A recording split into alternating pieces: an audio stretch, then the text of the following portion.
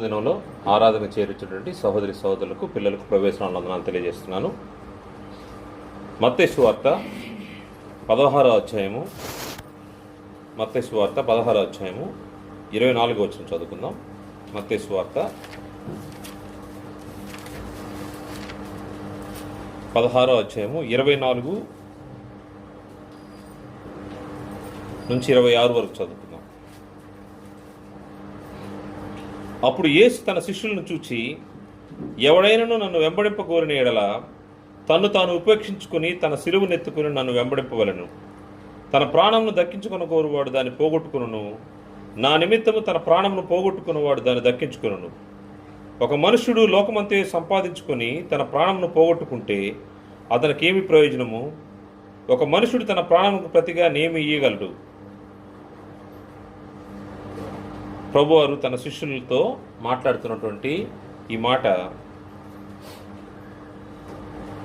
ఎవడైనా నన్ను వెంబడింపగోరిన ఎడల తను తాను ఉపేక్షించుకుని తన సిలువనెత్తుకుని నన్ను వెంబడింపవలను. వెంబడించడం, క్రీస్తుని వెంబడించడం అంటే ఏంటో మనకు తెలియాల్సిన అవసరం ఉంది. క్రీస్తుని వెంబడించాలి అంటే క్రీస్తు యొక్క మార్గాలు మనకు తెలిసి ఉండాల్సిన అవసరం ఉంది. క్రీస్తు ఎవరో, క్రీస్తు యొక్క మార్గాలు ఏంటో తెలియకుండా క్రీస్తుని వెంబడించడము కష్టమవుతూ ఉంటుంది. క్రీస్తుని వెంబడించాలి అని ఆశ కలిగినటువంటి వారు క్రీస్తుని గురించినటువంటి సంపూర్ణమైనటువంటి సమాచారము ఎరిగి ఉండాల్సిన అవసరం ఉంది. ఈ క్రీస్తు ఎవరో, క్రీస్తుకు సంబంధించినటువంటి కార్యక్రమాలు ఏంటో తెలియకుండా క్రీస్తుని వెంబడించడం కష్టమవుతూ ఉంటుంది. ఎవడైనా నన్ను వెంబడింపగోరిన ఎడల తన్ను తాను ఉపేక్షించుకుని తన సిలువనెత్తుకుని నన్ను వెంబడింపవలని ప్రభువు తన శిష్యులతో చెప్పినట్టుగా, వెంబడించాలి అంటే ముందుగా ఆయన ఏమి మాదిరి చూపించాడో ఆ మాదిరిని మనం తెలుసుకుని ఉండాల్సిన అవసరం ఉంది. అనేక మంది క్రీస్తు భూమిపైన ఉన్న రోజుల్లో అనేక మంది ఆయన వెంబడించారు, కానీ చివరికి మిగిలిన వారు కొద్దిమంది. అంటే ఎందుకు అటువంటి పరిస్థితి ఏర్పడ్డదంటే, క్రీస్తుని వెంబడించే విషయంలో అనేక మంది పొరపడ్డారు, లేకపోతే అంచనా తప్పు అయిపోయిందనే అర్థమవుతా ఉంది. ఎందుకు పొరపడ్డారు, ఎందుకు అంచనా తప్పు అయిందంటే, ఆయన స్వరాన్ని గుర్తుపట్టగలిగే పరిస్థితుల్లో మనుషులు లేకపోవడమే దానికి కారణం. ప్రభు అయితే చెప్తున్న మాట ఏంటంటే, నా గొర్రెలు నా స్వరాన్ని వినును, నేను వాటిని ఎరుగుదును, అవి నన్ను వెంబడించునని ఆయన చెప్తా ఉన్నాడు. ఆయన గొర్రెలు ఆయన స్వరాన్ని వింటాయంట. యోహాను సువార్త 10:27 వచనంలో, యోహాను సువార్త 10:27 వచనంలో, నా గొర్రెలు నా స్వరం వినును, నేను వాటిని ఎరుగుదును, అవి నన్ను వెంబడించును. క్రీస్తు ప్రభువారిని వెంబడించాలంటే ఆయన యొక్క స్వరాన్ని వినగలిగే చెవులు మనకు ఉండాల్సిన అవసరం ఉంది. ఆ స్వరం వినబడిన వెంటనే ఆ స్వరానికి రెస్పాండ్ అయ్యి రాగలిగే మనసు ఉండాల్సిన అవసరం ఉంది. అనేక మంది ఇష్టపడతారు క్రీస్తు ప్రభువారిని వెంబడించాలని. ఆయన వెంబడించాలంటే ఏమేమి వదులుకోవాలో దాని విషయంలో కూడా స్పష్టమైనటువంటి అవగాహన ఉండాల్సిన అవసరం ఉంది. ఆయన వెంబడించడము, లేకపోతే క్రీస్తు ప్రభువారి యొక్క స్వరూపంలోకి రావాలని ప్రతి ఒక్కరు కోరుకుంటారు. కానీ కోరుకున్నవారు దాన్ని కార్యరూపంలోకి పెట్టేటప్పుడు, అంటే క్రియారూపంలోకి వచ్చేసరికి అందులో ఫెయిల్ అయిపోతూ ఉంటారు. కారణము క్రీస్తు ప్రభువారి యొక్క మాదిరిని సరిగా గమనించలేకపోవడమే. ఎందుకు మాదిరి అంటా ఉన్నామంటే, క్రీస్తు ప్రభువారు ఈ భూమి పైన మనం ఏ విధంగా జీవించాలో, ఏ విధంగా ప్రవర్తించాలో ప్రతిదీ మనకు మాదిరి ఉంచిపోయాడు. ఒక ఎగ్జాంపుల్గా ఆయన ఉంచిపోయాడు. ఆయన ఉంచినటువంటి మాదిరిలో మనం జీవించినప్పుడు క్రీస్తు ప్రభువారి యొక్క స్వరూపాన్ని పొందుకోవడానికి అవకాశం ఉంటుంది. అందుకే ఆయన యొక్క క్రీస్తు ప్రభువారి యొక్క మాదిరి గురించి పేతురు గారు తెలియజేస్తూ, పేతురు రాసినటువంటి మొదటి పత్రిక 2వ అధ్యాయము 21వ వచనంలో ప్రభువారి యొక్క మాదిరి గురించి తెలియజేస్తూ ఉన్నారు. పేతురు రాసినటువంటి మొదటి పత్రిక 2వ అధ్యాయము 21వ వచనంలో, క్రీస్తు కూడా మీ కొరకు బాధపడి మీరు తన అడుగుజాడలందు నడుచుకున్నట్లు మీకు మాదిరి ఇచ్చిపోయాను. తన అడుగుజాడల్లో నడుచుకోవడము, క్రీస్తు ప్రభువారు ఒక మాదిరి ఇచ్చిపోయాడు. ఒక స్టాండర్డ్స్ని ఆయన సెట్ చేసి వెళ్ళారు. ఆ మాదిరిలో మనం నడవాలని ఆయన కోరుకున్నాడు. దానికోసం ఆయన శ్రమ పడ్డాడు. క్రీస్తు కూడా మీ కొరకు బాధపడి మీరు తన అడుగుజాడలందు నడుచుకున్నట్లు మీకు మాదిరి ఉంచిపోయాను. క్రీస్తు ప్రభువారి యొక్క మాదిరి మనకేం నేర్పిస్తూ ఉంటుందంటే, ఈ భూమి పైన ఒక మనుషుడు దేవునికి అనుకూలంగా జీవించాలంటే క్రీస్తు ప్రభువారు ఏ విధంగా జీవించారో ఆ విధంగా జీవిస్తేనే సాధ్యపడుతుంది. పైకి మాటలు చెప్తే ప్రయోజనం లేదు, కోరికుంటే ప్రయోజనం లేదు. ప్రతి ఒక్కరు కోరుకుంటారు, ప్రతి ఒక్కరికి పరలోక రాజ్యం అవసరమే, ప్రతి ఒక్కరూ క్రీస్తు ప్రభులాగా జీవించాలని కోరుకుంటారు, ప్రతి ఒక్కరూ మంచిగా బ్రతకాలని ఇష్టపడతారు. కానీ క్రియారూపంలోకి వచ్చేసరికి, దాన్ని మనము డీడ్స్లోకి పెట్టేసరికి, యాక్షన్స్లోకి పెట్టేసరికి, క్రియ చూపించాలనేసరికి దాంట్లోంచి తెలియకుండానే బయటకు వెళ్ళిపోతూ ఉంటాం. కారణం ఏంటంటే క్రీస్తు ప్రభువారి యొక్క మాదిరిలో, సరైన మాదిరిలో మనం ఉండలేకపోతూ ఉంటాం. ఆశ అయితే ఉంటుంది కానీ దాన్ని జరిగించే విషయంలో లోపం కలిగి ఉంటాం. దానికి ఎన్నో అడ్డంకులు, ఎన్నో అవరోధాలు కలుగుతూ ఉంటాయి. ఒక్కోసారి మనకు తెలియకుండానే మనము లోకాన్ని అనుసరిస్తూ ఉంటాము. దాన్ని బట్టి క్రీస్తు మాదిరిలో బ్రతకడం కష్టమవుతూ ఉంటుంది. క్రీస్తు మాదిరిలో బ్రతకాలి అంటే, క్రీస్తు మాదిరిలో ఉండాలి అంటే, మనము క్రీస్తు ప్రభువారు ఈ భూమిపైన ఏ విధంగా ఆయన మాట్లాడారో, ఏ విధంగా ఆయన నడిచారో, ఏ విధంగా ఆయన జీవించారో సమస్తాన్ని మనం పరిశీలించాల్సిన అవసరం ఉంది. ఈ పరిశీలన జాగ్రత్తగా చేసినప్పుడే మనము క్రీస్తు యేసుని వెంబడించడానికి మనకు అవకాశం ఉంటుంది.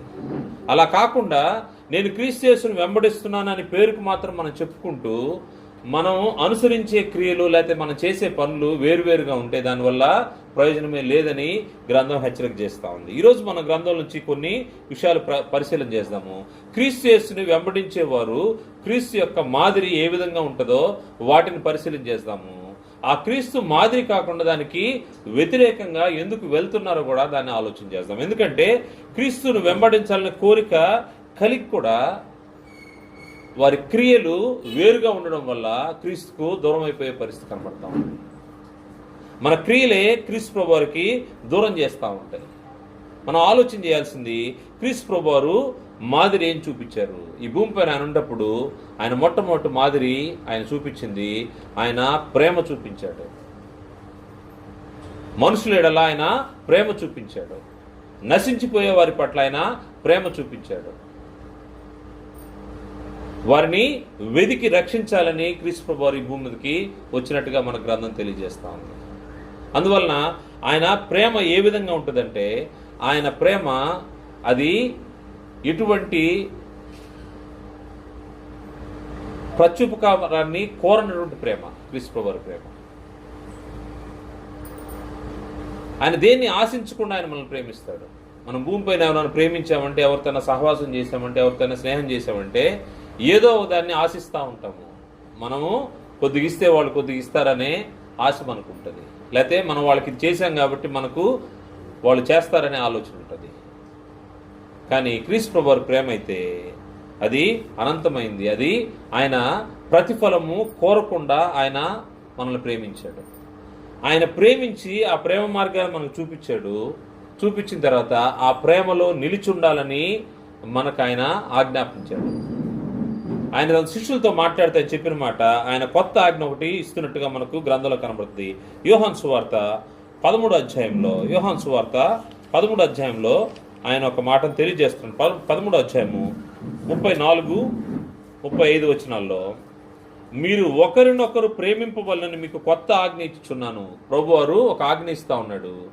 మీరు ఒకరినొకరు ప్రేమింపవలనని మీకు కొత్త ఆజ్ఞ ఇచ్చున్నాను. ఎందుకు ఈ ఒకరినొకరు ప్రేమించాలి అంటే, నేను మిమ్మల్ని ప్రేమించినట్టే మీరును ఒకరినొకరు ప్రేమింపవలను. క్రీస్తు ప్రభువారు ఏ విధంగా ప్రేమించారో దాన్ని బట్టి ఆయన ఏ విధంగా మనల్ని ప్రేమించాడో అదే విధంగా మనం కూడా ఒకరినొకరు ప్రేమించాలి, ప్రేమ కలిగి ఉండాలి. అది క్రీస్తు ప్రభువారి యొక్క మాదిరిలో మొట్టమొదటిది. ఆయన చూపినటువంటి ప్రేమ మనం కూడా సహోదరుల పట్ల చూపించాలి. నేను మిమ్మల్ని ప్రేమించినట్టే మీరును ఒకరినొకరు ప్రేమింపవలను. మీరు ఒకరి ఎడల ఒకడు ప్రేమ గలవారైన ఎడల దీనిని బట్టి మీరు నా శిష్యులని అందరూ తెలుసుకుందురను. ఎప్పుడైతే సహోదరుని ప్రేమిస్తూ ఉంటామో దాన్ని బట్టి మనం ఎవరవుతాము? క్రీస్తు ప్రభువారి యొక్క శిష్యులు అవుతాం. శిష్యులు అంటే ఏంటి అర్థము? ఆయన వెంబడించేవారు. క్రీస్తు ప్రభువారిని వెంబడించాలంటే ఆయన చూపిన మాదిరిని మనము వెంబడించాల్సిన అవసరం ఉంది. ఆయన మాదిరిలో మనము జీవించాల్సిన అవసరం. ఆయన మాదిరి ప్రేమించడము, ప్రేమ కలిగి ఉండడము, ఈ సహోదరుని ప్రేమించాల్సిన అవసరం ఉంది. అది లేకపోతే నువ్వు శిష్యుడిగా ఉండలేవు. ఏ విధంగా శిష్యులను గుర్తిస్తారంటే, మీరు ఒక నీడలో ఒకరు ప్రేమ గలవారైన ఎడల దీన్ని బట్టి మీరు నా శిష్యులని అందరూ తెలుసుకుందరు. క్రీస్తు ప్రభువారి శిష్యులను తెలియాలంటే మనము మన సహోదరుల పట్ల ప్రేమ చూపించాల్సిన అవసరం ఉంది. క్రీస్తు ప్రభువారి యొక్క మాదిరి ఈ విధంగా ఉంటే ఎందుకు ఈ మాదిరిని అనుసరించే వాళ్ళు నిజంగా ఆయన శిష్యులు అవుతారు. ఆ మాదిరికి దూరంగా బ్రతికే వాళ్ళు ఉంటారు. వారు శిష్యులు అనబడతారంటే అనబడరు. వాళ్ళకైతే కోరిక అయితే ఉంది, కానీ వారు శిష్యులుగా ఉండాలని, క్రీస్తు ప్రభువుని వెంబడించాలని కోరిక ఉంది, కానీ వారి క్రియలు వేరుగా ఉన్నందువల్ల వారు శిష్యులు కాలేరు. కారణం ఏంటంటే వాళ్ళు సహోదరుల్ని ద్వేషించేవారు. రెండవ విషయము, వారు క్రీస్తు ప్రభువారు ఆయన ప్రేమ వైపు చూపిస్తూ ఉంటే క్రీస్తు ప్రభువారికి దగ్గరగా వద్దాం అనుకుంటా ఉండేవాళ్లే, కానీ క్రియల్లో దాన్ని చూపించకపోవడం వల్ల వారు సహోదరుని ద్వేషించే వరకు కనబడుతూ ఉన్నారు. సహోదరుని ద్వేషిస్తే ఏం జరుగుతుందో కూడా మనకు గ్రంథంలో తెలుపబడింది. యోహాను రాసినటువంటి మొదటి పత్రిక 3వ అధ్యాయము 15వ వచనంలో, యోహాను రాసినటువంటి మొదటి పత్రిక 3వ అధ్యాయం 15వ వచనంలో, తన సహోదరుని ద్వేషించువాడు నరహంతకుడు, తన సహోదరుని ద్వేషించువాడు నరహంతకుడు, ఏ నరహంతకుని యందును నిత్యజీవం ఉండదని మీరు ఎరుగుదురు. ప్రభువారి యొక్క మాదిరి ప్రేమ, ప్రభువారి యొక్క మాదిరికి వ్యతిరేకంగా బ్రతికేవారు ఏం చేస్తూ ఉంటారంటే వారు సహోదరుని ద్వేషిస్తూ ఉంటారు. ఆయన ప్రేమించమని చెప్తే, ఆయన ఆజ్ఞిస్తే దానికి వ్యతిరేకంగా జరిగించే వాళ్ళు సహోదరుని ద్వేషిస్తూ ఉంటారు. దానివల్ల ఏం జరుగుతూ ఉంటుందంటే, ఏ నరహంతకుని యందును నిత్య జీవం ఉండదని మీరు ఎరుగుదురు.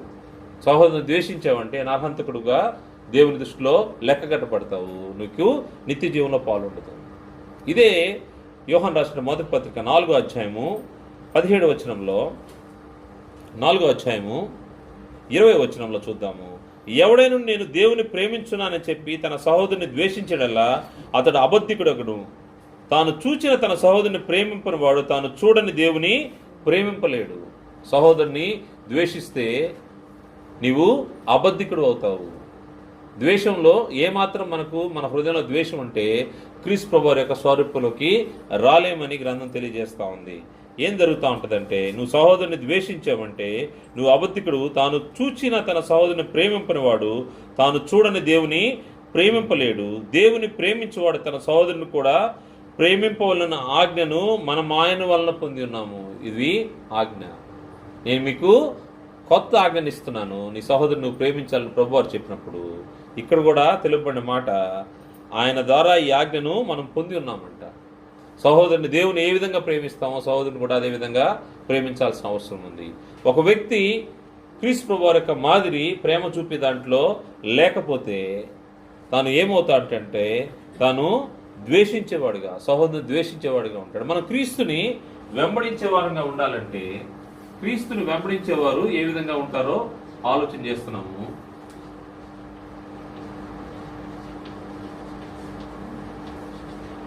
క్రీస్తుని వెంబడించేవారు 2 రకాలుగా ఉంటారు. వాళ్ళు ఆలోచన చేస్తే క్రీస్తు మాదిరిలో నడిచేవాళ్ళు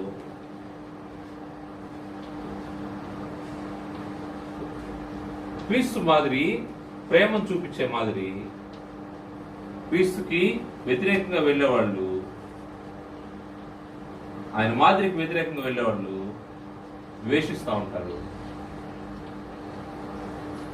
ద్వేషాన్ని చూపుతూ ఉంటారు. వాళ్ళకు కూడా ఇష్టమే, వాళ్ళు కూడా క్రీస్తు ప్రభువుని వెంబడించాలని ఆలోచన చేసేవాళ్ళే. కాకపోతే క్రీస్తు ప్రభువు యొక్క ఆజ్ఞను పాటించకపోవడం వల్ల ఏం జరుగుతూ ఉంటుందంటే, ఇక్కడ సహోదరుని ప్రేమించమని ఆయన ఆజ్ఞిస్తే ద్వేషించే పరిస్థితిలోకి వెళ్ళిపోతూ ఉంటారు. రెండో విషయము, ప్రభువు యొక్క మాదిరిని మనము గ్రంథంలోంచి పరిశీలన చేస్తే ఆయన కరుణ చూపాడు. క్రీస్తు ప్రభువారు మనకు నేర్పిన మాదిరి ఆయన కరుణ కలిగి ఉన్నాడు, ఆయన కరుణ చూపాడు. మనం కూడా ఆ విధంగా ఉండాలని ఆయన కోరుకున్నాడు. మార్క్స్ వార్త 6వ అధ్యాయము 34వ వచనంలో, మార్క్స్ వార్త 6వ అధ్యాయము ప్రభువారు ఏ విధంగా తన చుట్టూ ఉన్న వారి పట్ల ఆయన కరుణ చూపాడో, ఈ మనుషుల పట్ల ఆయన కరుణ చూపాడో మనకు గ్రంథంలో కనబడతా ఉంది. మార్కు సువార్త 6వ అధ్యాయము 34వ వచనంలో, మార్కు సువార్త 6వ అధ్యాయం 34వ వచనం, కనుక యేసు వచ్చి ఆ గొప్ప జనసమూహమును చూచి వారు కాపరి లేని గొర్రెల వలె ఉన్నందున వారి మీద కనికరపడి వారికి అనేక సంగతులను బోధింపసాగాను. కాపరి లేని గొర్రెల వలె ఉన్నందున, కాపరి లేని గొర్రెల పరిస్థితి ఏంటంటే, ఏ సమయంలో ఎటు నుంచి తోడేలు వచ్చి ఆ గొర్రెలను ఎత్తుకుపోవచ్చు. అంటే రక్షణ లేని పరిస్థితిలో, లేకపోతే నిరీక్షణ లేని పరిస్థితిలో, ఒక క్రమశిక్షణ లేని పరిస్థితిలో కాపరి లేని గొర్రెలు ఉంటా ఉంటారు. ఎందుకు గొర్రెలకు కాపరి అవసరం అంటే, గొర్రెల కాపరి తన గొర్రెలకు పరిచర్య చేస్తూ ఉంటాడు. అనారోగ్యము ఆహారం ఉండే స్థలానికి తీసుకెళ్ళి ఎక్కడ పచ్చిక ఉంటుందో అక్కడ వాటిని సమృద్ధిగా వాటికి మేపుతూ ఉంటాడు కాపరి చేసే పని. అదేవిధంగా వాటిని జాగ్రత్తగా తీసుకొచ్చి మరలా మందగా వాటిని చేరుస్తూ ఉంటాడు. ఒకవేళ గొర్రెల్లో ఒక గొర్రె తప్పిపోతే ఆ కాపరి ఏం చేస్తాడంటే, మిగతా గొర్రెలను పక్కన పెట్టి తప్పిపోయిన ఆ గొర్రె కోసము తను ప్రయాసపడి ఆ తప్పిపోయిన గొర్రె పిల్ల దొరికినప్పుడు ఎంతో సంతోషపడతాడు. వాటికి అనారోగ్యం చేస్తే వాటికి మందు వేస్తాడు. అంటే గొర్రెల కాపరి గురించినటువంటి పరిస్థితులు మనం ఆలోచన చేస్తే, కాపరి లేకుండా గొర్రెలు ఏం జరుగుతూ ఉంటుందంటే చెదిరిపోతూ ఉంటాయి. ప్రభువారు ఆ స్థితి గమనించాడు. అంటే వీరికి ఎటువంటి దిశానిర్దేశం లేని పరిస్థితిలో ఉన్నటువంటి మనుషులు కాపరి లేని గొర్రెల వలె ఉన్నందున వారి మీద కనికరపడి ఆయన ఏం చేశాడంటే, దేవుని యొక్క సంగతులను బోధించి వారికి కాపరిగా ఆయన ఉన్నట్టుగా మన గ్రంథంలో కనబడుతుంది. ఆయన అందుకోసమే వారికి అనేక సంగతులను బోధింపసాగాను. వారి యందు కనికరపడ్డాడు. క్రీస్తు ప్రభువారు కనికరపడకుండా ఉంటే మనం ఈరోజు ఈ స్థలంలో కూర్చునే వాళ్ళం కాదు. మన పరిస్థితి గొర్రెల వల్లే, చెదిరిపోయిన గొర్రెల వల్లే ఎక్కడ పడితే అక్కడ మన ఇష్టానుసారంగా బ్రతుకుతూ ఉండే పరిస్థితి ఉండేది. కానీ ప్రభువారు కనికరం చూపిన దాన్ని బట్టి నీవు కనికరించబడ్డావు. నువ్వు ఇతరుల పట్ల కూడా నువ్వు కనికరం చూపాల్సిన అవసరం ఉంది. అది క్రీస్తు ప్రభువారు చూపినటువంటి మాదిరి. మనం కనికరం చూపబడ్డాము. మనం కనికరం చూపబట్టే మనం ఈరోజు ఇక్కడ ఉంటా ఉన్నాము. దేవుని యొక్క మాటలు మనకు వినపడ్డాయి. మన మనోనేత్రాలు వెలిగించబడ్డాయి. క్రీస్తు యేసులోనికి మనము వచ్చాము. ప్రభువారు చూపిన కనికరాన్ని బట్టి మనం ఇక్కడ ఉంటా ఉన్నాము. ఆయన బోధన విని ఇక్కడ చేరున్నాము. ఈ కనికరాన్ని మనం ఇతరుల పట్ల చూపించాల్సిన అవసరం ఉంది. ఈ చెదిరిపోయిన గొర్రెల యొక్క పరిస్థితిని ప్రభువారు ఏ విధంగా ఆయన కనికరం చూపాడో, లోకంలో దేవుని యొక్క మాటలు విన్నటువంటి వారు, దేవుని ఎరుగినటువంటి వారు ఎంతోమంది ఉన్నారు. వారి పట్ల మనం కూడా కనికరం చూపాల్సిన అవసరం ఉంది. ప్రభువారు చూపినటువంటి మాదిరి అది. ఆయన వచ్చిన పనిలో ఎక్కడ కూడా ఆయన అటు ఇటు వెళ్లకుండా తను చేయాల్సిన పనిని చేసుకుంటూ తన తండ్రి చిత్తాన్ని నెరవేర్చాడు. తన తండ్రి చిత్తంలో భాగము కనికరం చూపడము. మనం కూడా కనికరం చూపాలని ఆయన కోరుకున్నాడు. క్రీస్తు యేసును వెంబడించాలని ఆశ కలిగిన వారు ప్రభువారు చూపినట్టుగా కనికరం చూపాల్సిన అవసరం ఉంది. కాకపోతే కనికరము లేని పరిస్థితిలో మనుషులు ఉంటారని గ్రంథము హెచ్చరిక చేస్తూ ఉంది. కనికరము లేని పరిస్థితిలో క్రీస్తు యేసుని వెంబడించాలని కోరిక కలిగిన వారే, కానీ క్రియలు ఆ విధంగా లేని దాన్ని బట్టి కనికరం చూపలేని పరిస్థితిలో ఉంటున్నారని గ్రంథము హెచ్చరిక చేస్తుంది. పేతురు రాసిన మొదటి పత్రిక 3వ అధ్యాయము 8వ వచనంలో, పేతురు రాసిన మొదటి పత్రిక 3వ అధ్యాయం 8వ వచనంలో, తుదకు మీరందరూ ఏక మనస్కులై ఒకరి సుఖదుఖములందు ఒకరు పాలుపడి సహోదర ప్రేమ గలవారును కరుణాచిత్తులను వినయ మనస్కులైండుడి. గ్రంథం అయితే ఈ విధంగా హెచ్చరిస్తూ ఉంది. కరుణాచిత్తులుగా ఉండాల్సిన అవసరం ఉందని గ్రంథం హెచ్చరిస్తుంది. కరుణ లేని పరిస్థితుల్లో ఎవరెట్టుపోతే నాకేంటి, వారి కష్ట సుఖాల్లో నేను పాలు పంచుకోవాల్సిన అవసరం ఏంటి, అది వారి ఇష్టము. కరుణ చూపించగలిగే మనసు, ప్రభువారి మనసు అయితే ఎలా ఉందంటే, వారు కాపరు లేని గొర్రెలని ఆయన గుర్తించి వారి పట్ల కనికరపడ్డాడు. అనేక సార్లు మన సహోదరులు కానీ, మన ఇరుగు పొరుగు వారు కానీ, లేకపోతే సమాజంలో ఉన్నవారు ఇబ్బందుల్లో ఉంటే వారి పట్ల క్రైస్తవుడుగా, క్రీస్తు యేసుని వెంబడించే వ్యక్తిగా నువ్వు కరుణ చూపించాల్సిన అవసరం ఉంది. అలా చూపించకపోతే ఒకరి సుఖదుఖాల్లో ఒకరు పాలుపడి సహోదర ప్రేమ గలవారును, కరుణా చిత్తులను, వినయ మనస్కులై ఉండాల్సిన అవసరం ఉందని గ్రంథం హెచ్చరిస్తుంది. అలా లేని వారు ఏమై ఏ కోవకు చెందుతారంటే క్రీస్తు యేసు కావాలని కోరుకుంటారు, కానీ వారిలో ఆ కరుణ కనబడదు. కరుణ లేనప్పుడు ఏం జరుగుతూ ఉంటుంది? స్వార్థమే ఉంటుంది. స్వార్థం ఉండేటప్పుడు కరుణ చూపించడానికి అవకాశం ఉన్నది. కాబట్టి క్రీస్తు ప్రభు అయితే కరుణ చూపించారు. ఆ కరుణని చూపించలేని వారు, ఆ మాదిరిని చూపించలేని వారు కరుణ లేని వారుగా మనకు కనబడతా ఉంటారు.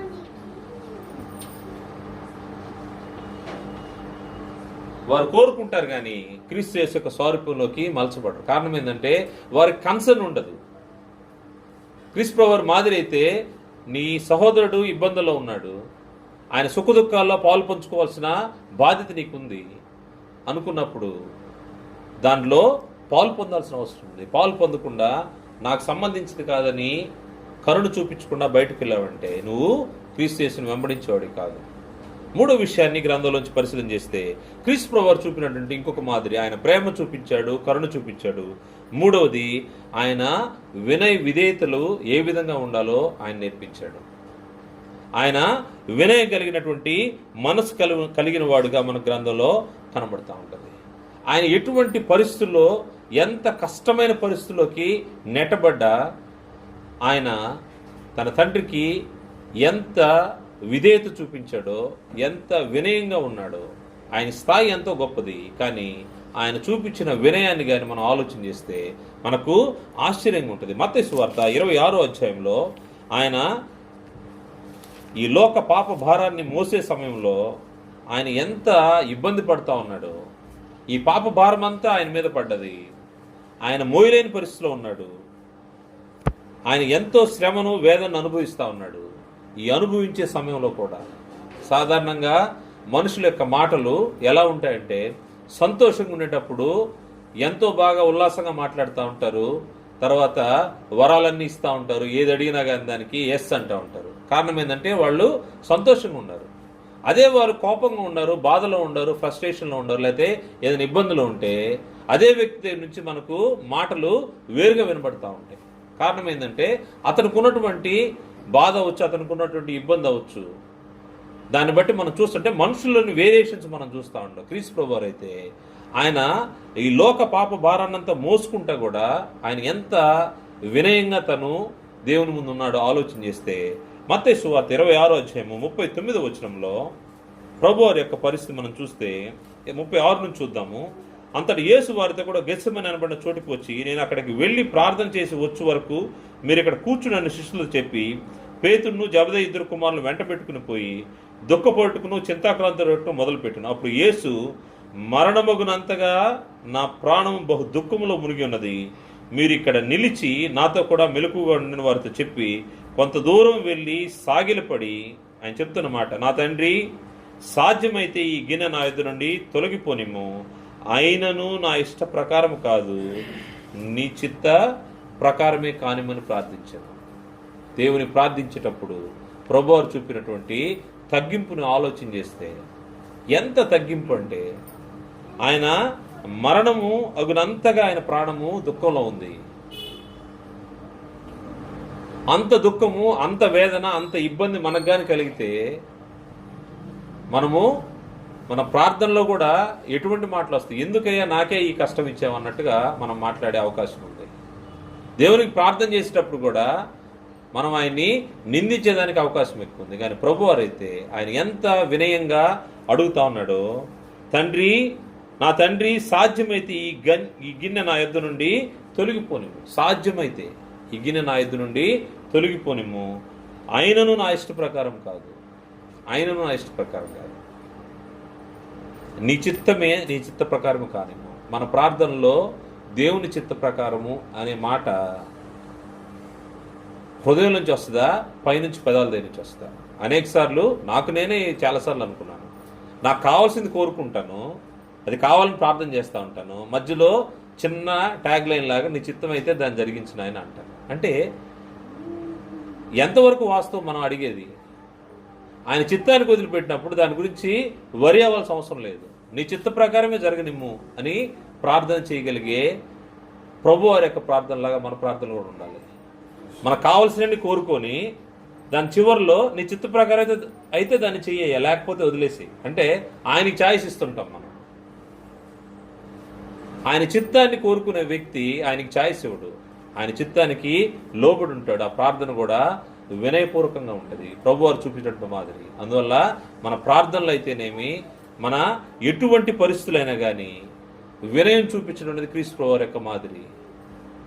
ఆయన మనస్సుని ఆలోచన చేస్తే, ఆయన మనసు ఎంత గొప్పదో ఆలోచన చేస్తే, ప్రభువారి యొక్క పరిస్థితి, ప్రభువారి యొక్క స్థితి దేవునితో, పరమందు దేవునితో సమానంగా ఉండే స్థాయిలోంచి దైవత్వం కలిగిన వ్యక్తి ఈ భూమి మీదకి పాప శరీరాకారంలో భూమి మీదకి వచ్చాడు. ఈ భూమి మీదకి వచ్చి ఎన్ని ఇబ్బందులు పడ్డారంటే, మరణమగునంతగా అనగా శిలువ మరణం పొందినంతగా ఆయన తను తాను తగ్గించుకున్నాడని గ్రంథం తెలియజేస్తుంది. ఫిలిప్పీ పత్రిక 2వ అధ్యాయము 5వ వచనం చూస్తే, ఫిలిప్పీ పత్రిక 2వ అధ్యాయము 5వ వచనం నుండి ఆయన ఎంత తగ్గించుకున్నారో మనకు కనబడతా ఉంటది. క్రీస్తు యేసున కలిగిన ఈ మనస్సు మీరును కలిగి ఉండుడి. ఆయన దేవుని స్వరూపం కలిగిన వాడయండి, దేవునితో సమానంగా ఉండుట విడిచిపెట్టకూడని భాగ్యం ఎంచుకోలేదు, కానీ మనుష్యుల పోలికగా పుట్టి దాసుని స్వరూపం ధరించుకొని తన్ను తానే రిక్తునిగా చేసుకునను. మరియు ఆయన ఆకారమందు మనుష్యుడిగా కనబడి మరణం పొందినంతగా అనగా శిలువ మరణం పొందినంతగా విధేయత చూపిన వాడై తన్ను తాను తగ్గించుకునను. విధేయత చూపాడు. ఎంత వినయము, ఎంత విధేయత! దేవుని మాటకు కట్టుబడిన వ్యక్తి దేవునితో సమానంగా కూర్చునే ఆ భాగ్యాన్ని విడిచిపెట్టి మరణం పొందడము, అది శిలువ మరణం, అవమానకరమైనటువంటి మరణం పొందే దానికి తన్ను తాను రిక్తునిగా చేసుకున్నాడు. ఆయన ఒక మాట చెప్తే, ఆయన ప్రార్థన చేస్తే ఆయనకి సహాయం చేయడానికి దేవుడు ఎంతమందిని పంపిస్తాడు? ఎన్ని దూతల సమూహాన్ని పంపిస్తాడు? ఒక్కొక్క దూత దాదాపు 1,00,000 చిల్లర మందిని చంపగల శక్తి కలిగినటువంటి దూతలు సమూహాలుగా దేవుని సముఖంలో ఉన్నారు. వారిని పంపిస్తే క్రీస్తు ప్రభువారు బయటకు వచ్చేయచ్చు. కానీ ఆయన అటువంటిది ఏమీ కోరలేదు. అంత శక్తిమంతుడైనటువంటి వాడు, దేవుని మహిమలో ఆయన కూడా సమానంగా ఉన్నటువంటి వ్యక్తి ఇక్కడ రిక్తులుగా చేసుకున్నాడు. అంటే ఏమి లేనివాడిగా ఆయన శిలువలోకి ఎక్కాడు. వీటన్నిటి కారణము ఆయన చూపినటువంటి వినయము.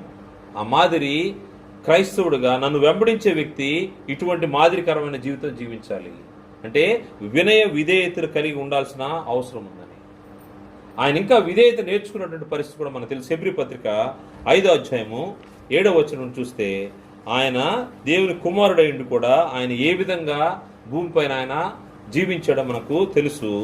5వ అధ్యాయం 7వ వచనం, హెబ్రీ పత్రిక 5వ అధ్యాయం 7వ వచనం, శరీరధారి అయిన దినములలో మహారోదనంతోనూ కన్నీళ్లతోనూ తన్ను మరణం నుండి రక్షింపగలవానికి ప్రార్థనలను యాచనలు సమర్పించి భయభక్తులు కలిగి ఉందని ఆయన అంగీకరింపబడెను.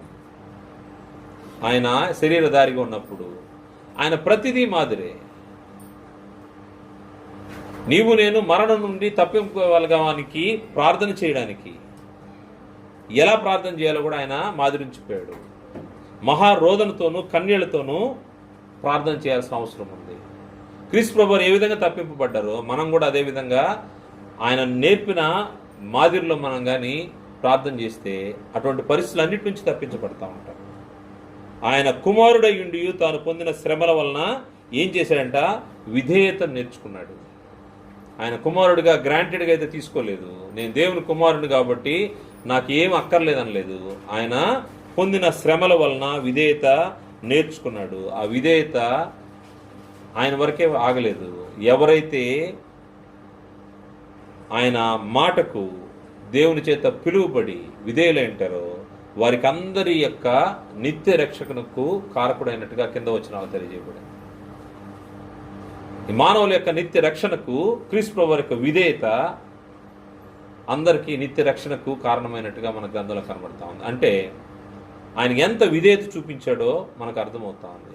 క్రీస్తు ప్రభువు యొక్క మాదిరిలో నడిచే వ్యక్తి విధేయత చూపించాల్సిన అవసరం ఉంది. కానీ విధేయత చూపించాలని క్రీస్తు యేసుని వెంబడించే వ్యక్తి ఏం చేస్తా ఉంటాడంటే, నేను దేవునికి దగ్గరగానే బతుకుతున్నాను, నేను పర్ఫెక్ట్ అనుకుంటాడు. పర్ఫెక్ట్ అనుకున్న వ్యక్తి తన ఆలోచన విధానం ఎట్టుంటుందంటే, మనకు పరిసయ్యుడు సుంకర్ యొక్క ప్రార్థన మనకు తెలుసు. వారిద్దరు దేవాలయం దగ్గరికి వచ్చారు. దేవాలయం దగ్గరికి వచ్చిన తర్వాత వారి యొక్క ప్రార్థన విధానాన్ని బట్టే దేవుడు ఎవరిని నీతిమంతుడిగా తీర్చాడో మనకు తెలుసు. లూకా సువార్త 18వ అధ్యాయము 9వ వచనం నుండి ఈ యొక్క మాటలు మనకు కనబడతాయి. లూకా సువార్త 18వ అధ్యాయము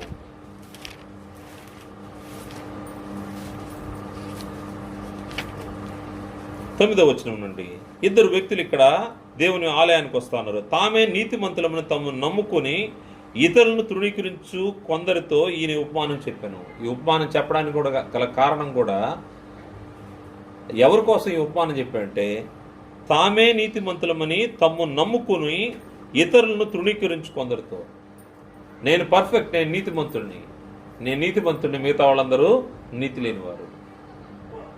అటువంటి ఆలోచన విధానం కలిగిన మనుషుల కొరకు ఈ యొక్క ఉపమానాన్ని ప్రభు వారు చెప్పినట్టుగా మనకు కనబడుతుంది. ప్రార్థన చేయుటకి ఇద్దరు మనుషులు దేవాలయంలోకి వెళ్ళిరి. వారిలో ఒకడు పరిసయ్యుడు, ఒకరు సుంకరి.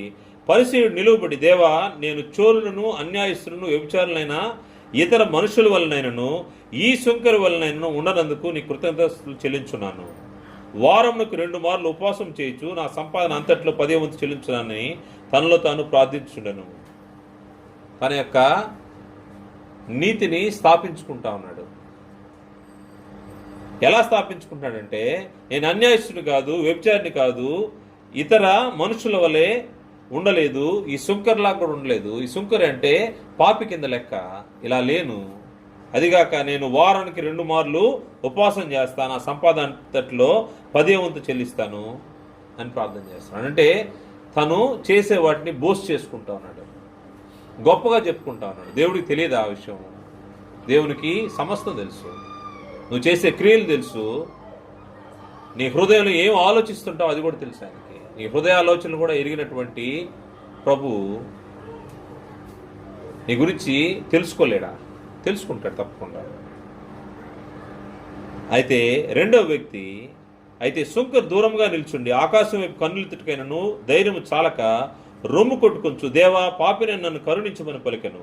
అతనికంటే ఇతడు నీతిమంతుడిగా తీర్చబడి తన ఇంటికి వెళ్ళని మీతో చెప్పుచున్నాను. తన్ను తాను హెచ్చించుకున్నవాడు తగ్గింపబడిననియు, తన్ను తాను తగ్గించుకున్నవాడు హెచ్చింపబడినని చెప్పాను. తను తాను తగ్గించుకునేవాడు. ప్రభువారు ఈ మాట చెప్తూ ఈ ఉపమానాన్ని చెప్తున్నాడు. దానికి ముందు కూడా ఆయన చెప్పిన మాటలు మనం ఆలోచన చేస్తే, ప్రభువారు ఏ విధంగా తగ్గించుకున్నాడో, ప్రభువారి యొక్క తగ్గింపు మాదిరి మనకు కనిపించింది. ఇక్కడ నీతిమంతులమని చెప్పుకునే మనుషుల యొక్క మాదిరి. వీరు కూడా ఏమని ఆలోచన చేస్తారంటే, మేము పర్ఫెక్ట్గా ఉన్నాము, క్రీస్తు యేసుని వెంబడిస్తున్నాము, మేమన్నీ పర్ఫెక్ట్ అనుకుంటారు. అనుకున్నా కానీ తను తాను తగ్గించుకుంటే, తను తాను హెచ్చించుకుంటే తాను తగ్గించబడే పరిస్థితి. ప్రభువారు తగ్గించుకోవడం వల్ల ఆయనకు జరిగిన మేలేంటో తెలుసా? దేవుని దగ్గర ఆయనకి గొప్ప మహిమ కలిగింది. అన్ని నామాల కంటే, భూమిపైన కానీ పరలోకంలో అన్ని నామాల కంటే పైనామంగా క్రీస్తు ప్రభువు యొక్క నామము హెచ్చించబడింది. ఇందాక మనం చదివినటువంటి ఫిలిప్పీ పత్రిక 2వ అధ్యాయంలోని యొక్క మాటలు మనకు కనబడతాయి. దాని ద్వారా ఆయన తగ్గించుకున్న దాన్ని బట్టి ఆయన హెచ్చించబడ్డాడు. కానీ తగ్గించుకోవడానికి ఇష్టపడిన మనుషులు క్రీస్తు యేసు యొక్క మార్గంలో ఉండలేరని గ్రంథం హెచ్చరిక చేస్తూ ఉంది. కానీ ఎవరు నీతిమంతుడిగా తీర్చబడ్డారంటే, ఎవరైతే భయంతో దేవుని సముఖానికి రాలేక నేను పాపి నేను ఒప్పుకున్నాడో ఆ వ్యక్తి హెచ్చించబడ్డాడు. అందుకోసమే గ్రంథంలో పౌలు గారు రోమీలకు హెచ్చరిస్తూ ఒక మాట చెప్తా ఉన్నాడు. రోమపత్రిక 12వ అధ్యాయము 3వ వచనంలో, రోమపత్రిక 12వ అధ్యాయము 3వ వచనంలో, తన్ను తాను ఎంచుకొన తగిన దానికంటే ఎక్కువగా ఎంచుకొనక. తను తాను ఎంచుకొనదగిన దానికంటే ఎక్కువగా ఎంచుకొనక దేవుడు ఒక్కొక్కరికి విభజించిన విశ్వాస పరిమాణ ప్రకారము తాను స్వస్థ బుద్ధి గలవాడొకటికై తగిన రీతిగా తన్ను ఎంచుకొనవలను. స్వస్థ బుద్ధి గలవాడై ఉంటకు దేవుడు మనకు ఎంత విశ్వాస పరిమాణం ఇచ్చారో దాని ప్రకారంగా మనము ఆయన సముఖంలో తగ్గించుకుని ఉండాల్సిన అవసరం ఉంది. ఎప్పుడైతే ఆయన బలిష్టమైన చేతి కింద దీన మనస్కులై ఉంటామో అప్పుడు మనము ఆయన తగిన సమయం ముందు మనల్ని హెచ్చిస్తూ ఉంటాడని గ్రంథం తెలియజేస్తాం. అందువల్ల అనుకున్న దానికంటే హెచ్చుగా హెచ్చించబడాలని, తను తాను ఎంచుకొనదగిన దానికంటే ఎక్కువగా ఎంచుకొనకూడదని గ్రంథం తెలియజేస్తా ఉంది. ప్రభువారైతే ఆయన చూపిన మార్గము ఆయన వినయ విధేయతలు ఉండాలని ఆయన చూపారు.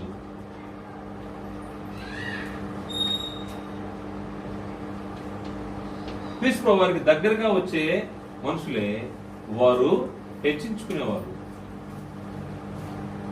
తగ్గించుకునేవాడు కాదు. తను తాను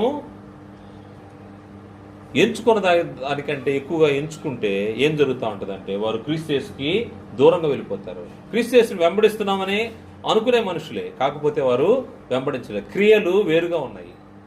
క్రియలు వేరుగా ఉంటే వారు క్రీస్తుకి దూరం అయిపోయేవాళ్ళు. 4వ విషయాన్ని ఆలోచన చేస్తే, క్రీస్తు ఈ భూమి మీద ప్రతి విషయాన్ని దేవుడు ఏదైతే తనకు ఆజ్ఞాపించారో దాన్నే జరిగించారు. ఈ భూమిపైన తన సొంతగా ఏది చేయలేదు.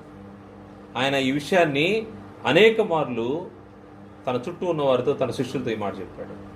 ఎందుకంటే ఆయన్ను దేవుని కుమారుడిగా నమ్మలేని పరిస్థితిలో ఆనాటి సమాజం ఉండేటప్పుడు ఆయన, నేను తండ్రి మాటలనే చెప్తా ఉన్నాను, తండ్రి ఆజ్ఞలనే ఇక్కడ నేను అనుసరిస్తున్నాను, మీరు కూడా తండ్రి ఆజ్ఞలను అనుసరించండి. ఆయన ఎక్కడ కూడా తన సొంత మాటలు ఆయన పలకలేదు. క్రీస్తు ప్రభువు వారు చూపిన మాదిరి మనం కూడా గ్రంథం గురించి మాట్లాడేటప్పుడు, దేవుని విషయాలు మాట్లాడేటప్పుడు మన సొంత విషయాలు రావడానికి వీల్లేదు. దేవుడు ఏది చెప్పాడో, ఆయన ఏది ఆజ్ఞాపించాడో ఆజ్ఞలను మనం అనుసరించాలి, ఆజ్ఞలనే మనము బోధించాల్సిన అవసరం ఉంది. అలా కాకుండా చేస్తే శాపగ్రస్తులు అయిపోతాము. అందువల్ల జాగ్రత్తగా ప్రభు వారు చూపినటువంటి మార్గాన్ని మనం ఆలోచన చేస్తే, ఆయన దేవుని యొక్క ఆజ్ఞలు ఏ విధంగా అనుసరించారో, ఏ విధంగా ఆయన బోధించారో మనకు యోహాను సువార్త 8వ అధ్యాయము 28వ వచనం చూస్తే ఆ విషయం మనకు తెలుస్తుంది.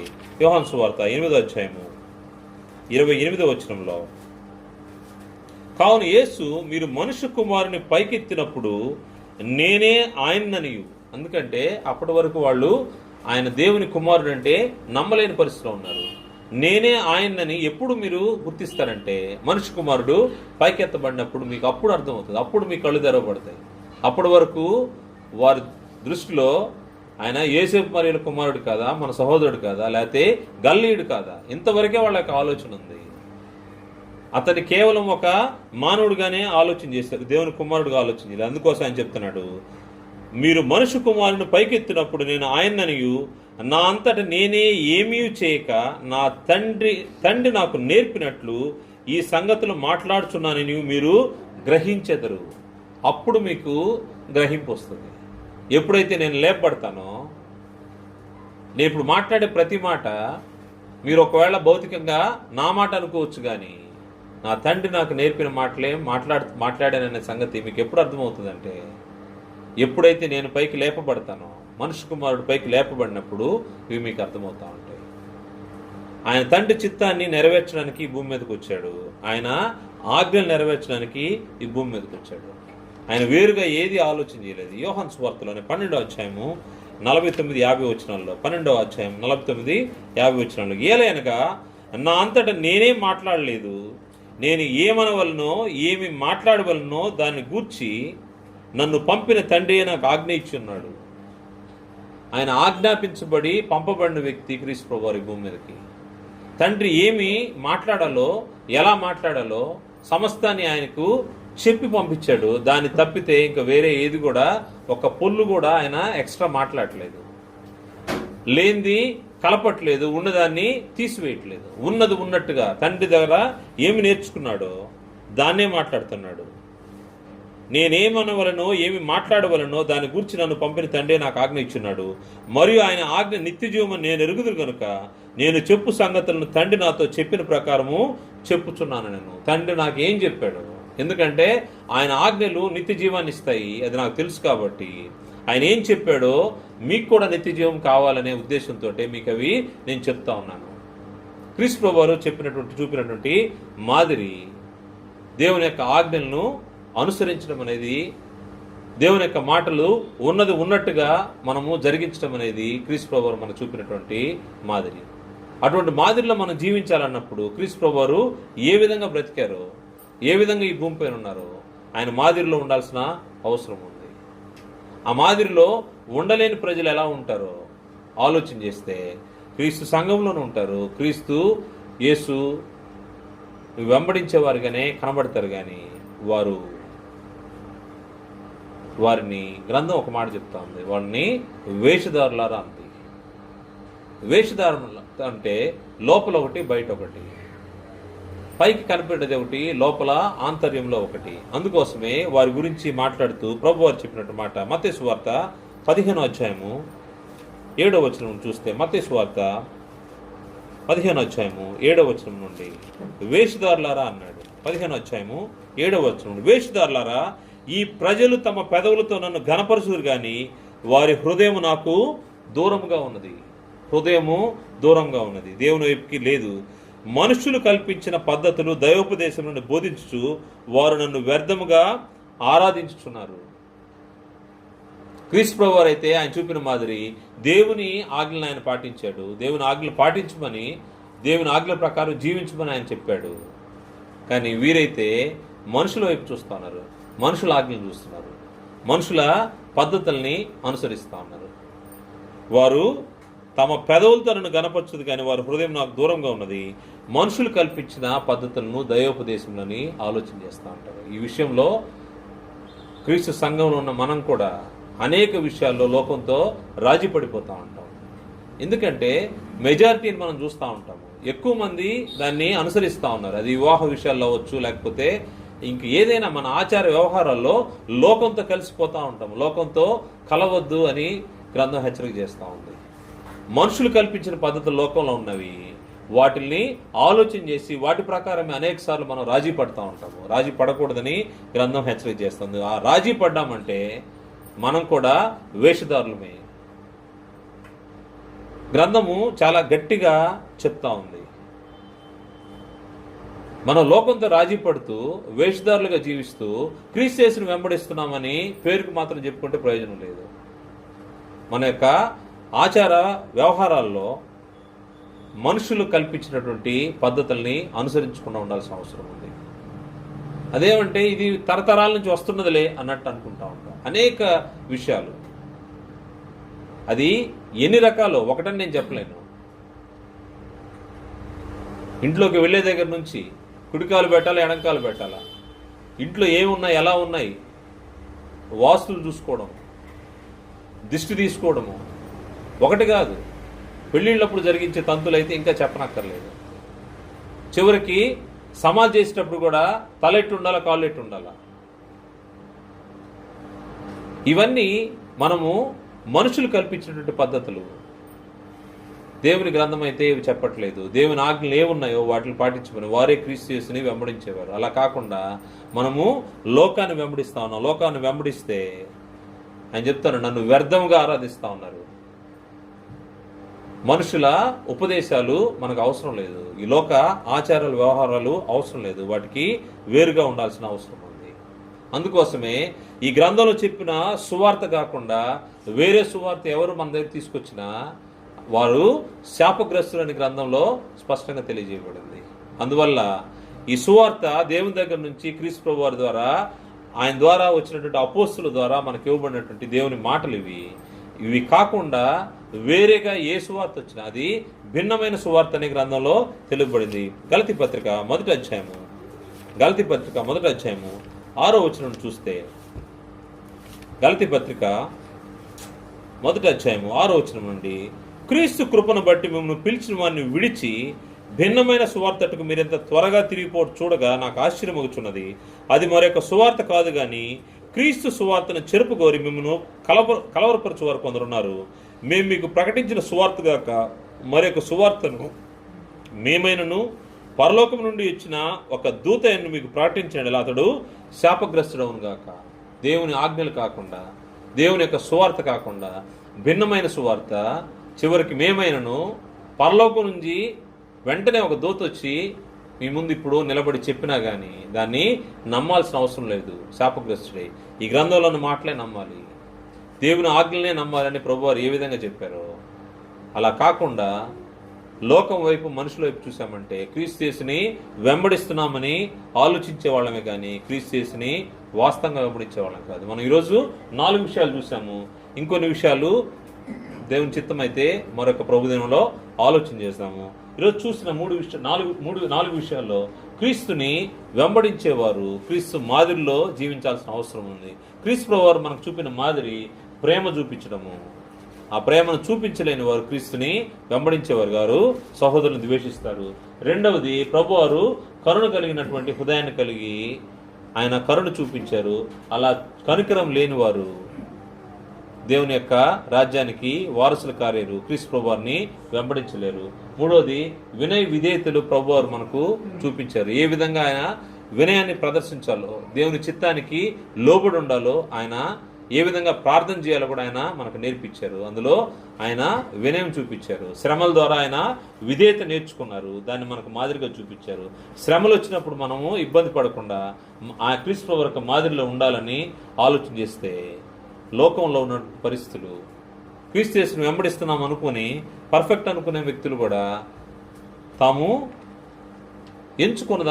కొనదగిన దానికంటే ఎక్కువగా ఎంచుకొని హెచ్చించుకుంటే ఏం జరుగుతుందో కూడా మనము ఆలోచన చేశాం. చివరిది, దేవుని ఆజ్ఞలను అనుసరించడం. క్రీస్తు ప్రభువారు మాదిరి చూపించింది దేవుని ఆజ్ఞలను అనుసరించమని. లోకంలో అయితే పరిస్థితులు ఎలా ఉన్నాయంటే, వేషధారులారా పెదవులతో మాత్రమే దేవుని ఘనపరుస్తూ హృదయాలు దేవునికి దూరంగా ఉన్నాయంటే వేషధారులారా. మనుషులు కల్పించిన పద్ధతులు అవి దైవోపదేశంలోని ఆలోచన చేసి దాని ప్రకారంగా ఆరాధిస్తే దేవుని మనము వ్యర్థంగా ఆరాధించే వాళ్ళమని మన గ్రంథం హెచ్చరిక చేసింది. అందువల్ల వ్యర్థంగా ఆరాధించే పరిస్థితులు మనకు ఉండకూడదని, ఈ సువార్త కాక వేరొక సువార్త ఏదైనా భిన్నమైన సువార్త వస్తే ఆ సువార్త తీసుకొచ్చిన వ్యక్తి శాపగ్రస్తుడు అవుతాడని గ్రంథం హెచ్చరిక చేస్తా ఉంది.